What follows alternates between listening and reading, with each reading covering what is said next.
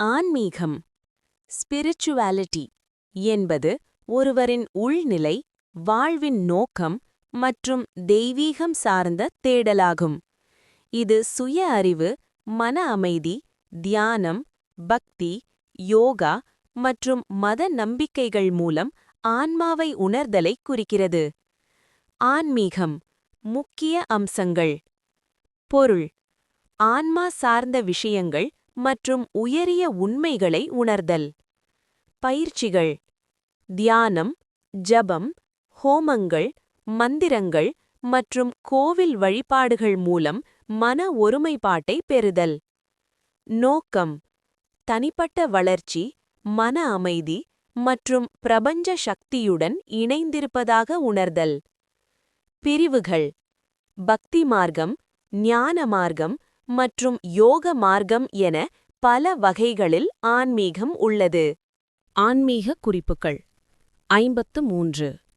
ஒரு வருடம் ஒருமுறையேனும் கண்டிப்பாக குலதெய்வ பூசை வழிபாடு செய்ய வேண்டும். 2. தினமும் காகம், பசு இவைகளுக்கு முடிந்த அளவுக்கு உணவு இடுங்கள். 3. பணத்தை எப்போதும் இடது மார்பின் பையில் வையுங்கள். 4. பூசை மற்றும் அன்றாட தேவைக்கு மணமுள்ள மலர்களை மட்டுமே பயன்படுத்த வேண்டும். கனகாம்பரம் போன்ற பூக்களை தவிர்க்க வேண்டும். 5. மகம் நட்சத்திரமன்று எருமை மாடுகளுக்கு அகத்திக்கீரை கொடுத்து வந்தால் மரண பயம் விலகும். 6. லுங்கி, கைலி அணியாதீர்கள். வேஷ்டியே நல்லது. நலமகாராஜா தமயந்தியின் பாதி சேலையை அணிந்த நிகழ்ச்சியே கைலியாக மாறியது. 8. வெளியே போகும்போது டாடா காட்டாதீர்கள். இறைநாமம் சொல்லி கைகூப்பி வணங்கிச் செல்லுங்கள். 9. புது ஆடைகளை குங்குமமிட்டு வெண் தாமரை வைத்து பூசை செய்தபின் அணியுங்கள். 10. நீர் அருந்த சுரைக்குடுவை, மூங்கில், செம்பு அல்லது வெள்ளி டம்ளர் உபயோகிக்கவும். 11. மருதாணியை முடிந்த மட்டும் அதிகமாக உபயோகிக்கவும். 12. குழந்தைகளை அடிக்காதீர்கள். வியாதி, கடன், சுமை அதிகரிக்கும். 13. இடது கையால் எண்ணெயை பயன்படுத்தினால் சந்ததியினருக்கு தீங்கு நேரலாம். 14. இடது கையால் உணவை பரிமாறக்கூடாது. 15. மாடு, தேர், அரசமரம் ஆகியவற்றை எதிர்கொண்டால் அதை சுற்றி நம் இடமிருந்து வலமாகச் செல்ல வேண்டும். 36. கன்றுக்குட்டியுடன் கட்டப்பட்ட கயிற்றின் குறுக்கே கால் வைக்க வேண்டாம். 37. பசுவை உதைப்பது, அடிப்பது அல்லது பட்டினி போடுவது மகா பாபம். 38. தூங்கும், சாப்பிடும் நபரை திடீரென எழுப்ப வேண்டாம். அவர்களை முறைத்து பார்க்க வேண்டாம். 39. உடன்பிறப்புகள், ஆசிரியர், மாணவர், தம்பதியர், தாய் மற்றும் குழந்தை, மாடு மற்றும் கன்றுக்கிடையிலான விஷயங்களில் தலையிட வேண்டாம். 40. ஒரு வீட்டிற்குள் நுழையும்போது பிரதான வாசலிலிருந்து நுழையுங்கள். 41. உங்கள் நகங்களை கடிக்க வேண்டாம். மழையில் ஓடாதீர்கள். தரையில் சாப்பிடும்போது உங்கள் கை ஊன்றிவிடாதீர்கள். 42. பூச்சிகளையும் புழுக்களையும் தீயில் வைப்பது பிரம்மஹட்டியும் பாவத்திற்கு சமம். 43. கோவிலில் இரவில் குளிக்க வேண்டாம். கங்கையில் எப்போது வேண்டுமானாலும் குளிக்கலாம். ஈரமான துணியை தண்ணீரில் பிழிய வேண்டாம். 44. தண்ணீரில் அல்லது எண்ணெயில் நம் பிரதிபலிப்பை நாம் பார்க்கக்கூடாது. 45. உறவினர்களை பார்த்தவுடன் உடனடியாக எண்ணெய் குழியல் வேண்டாம். 46. பெண்கள் தலைமுடியை அவிழ்த்து 2 கைகளாலும் தலையில் சொரிவது கூடவே கூடாது. 47. மனைவி கர்ப்பமாக இருக்கும்போது ஒரு மனிதன் இறந்தவரின் உடலை சுமக்கக்கூடாது.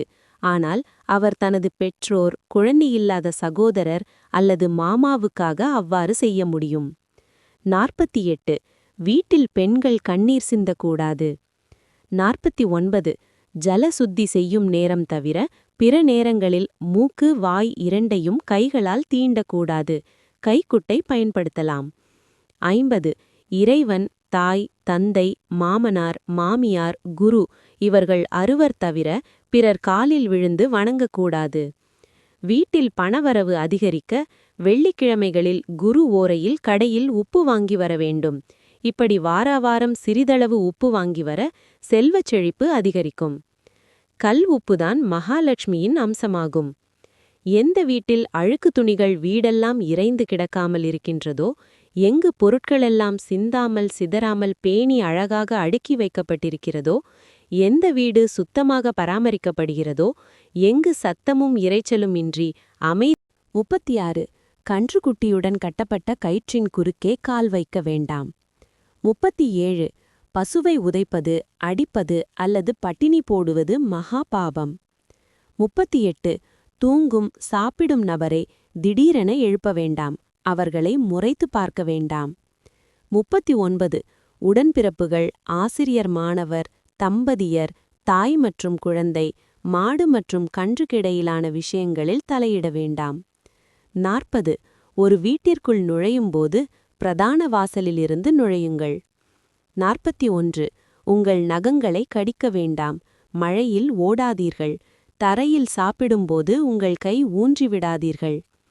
42 பூச்சிகளையும் புழுக்களையும் தீயில் வைப்பது பிரம்மஹட்டியும் பாவத்திற்கு சமம். 43 கோவிலில் இரவில் குளிக்க வேண்டாம். கங்கையில் எப்போது வேண்டுமானாலும் குளிக்கலாம். ஈரமான துணியை தண்ணீரில் பிழிய வேண்டாம். 44 தண்ணீரில் அல்லது எண்ணெயில் நம் பிரதிபலிப்பை நாம் பார்க்கக்கூடாது. 45 உறவினர்களை பார்த்தவுடன் உடனடியாக எண்ணெய் குழியல் வேண்டாம். 46 பெண்கள் தலைமுடியை அவிழ்த்து 2 கைகளாலும் தலையில் சொரிவது கூடவே கூடாது.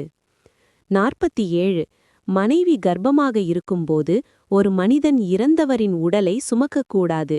ஆனால் அவர் தனது பெற்றோர், குழந்தையில்லாத சகோதரர் அல்லது மாமாவுக்காக அவ்வாறு செய்ய முடியும். 48 வீட்டில் பெண்கள் கண்ணீர் சிந்தக்கூடாது. 49 ஜல சுத்தி செய்யும் நேரம் தவிர பிற நேரங்களில் மூக்கு, வாய் இரண்டையும் கைகளால் தீண்டக்கூடாது. கைக்குட்டை பயன்படுத்தலாம். 50 இறைவன், தாய், தந்தை, மாமனார், மாமியார், குரு இவர்கள் அறுவர் தவிர பிறர் காலில் விழுந்து வணங்கக்கூடாது. வீட்டில் பணவரவு அதிகரிக்க வெள்ளிக்கிழமைகளில் குரு ஓரையில் கடையில் உப்பு வாங்கி வர வேண்டும். இப்படி வாராவாரம் சிறிதளவு உப்பு வாங்கி வர செல்வச் செழிப்பு அதிகரிக்கும். கல் உப்புதான் மகாலட்சுமியின் அம்சமாகும். எந்த வீட்டில் அழுக்கு துணிகள் வீடெல்லாம் இறைந்து கிடக்காமல் இருக்கின்றதோ, எங்கு பொருட்களெல்லாம் சிந்தாமல் சிதறாமல் பேணி அழகாக அடுக்கி வைக்கப்பட்டிருக்கிறதோ, எந்த வீடு சுத்தமாக பராமரிக்கப்படுகிறதோ, எங்கு சத்தமும் இரைச்சலும் இன்றி அமைதியும் சாந்தமும் நிலவுகிறதோ, எந்த வீட்டில் சாம்பிராணி, சந்தனம், பூக்கள், ஜவ்வாது நறுமணம் கமழுகிறதோ அங்கெல்லாம் ஸ்ரீ மகாலட்சுமியின் அருள் கிட்டும். இதுபோன்ற மேலும் பல கருத்துள்ள தெய்வீக வரலாறுகள், தன்னம்பிக்கை கதைகள் அனைத்தையும் கேட்க KOR யூடியூப் பேஜை சப்ஸ்கிரைப் பண்ணவும். நன்றி.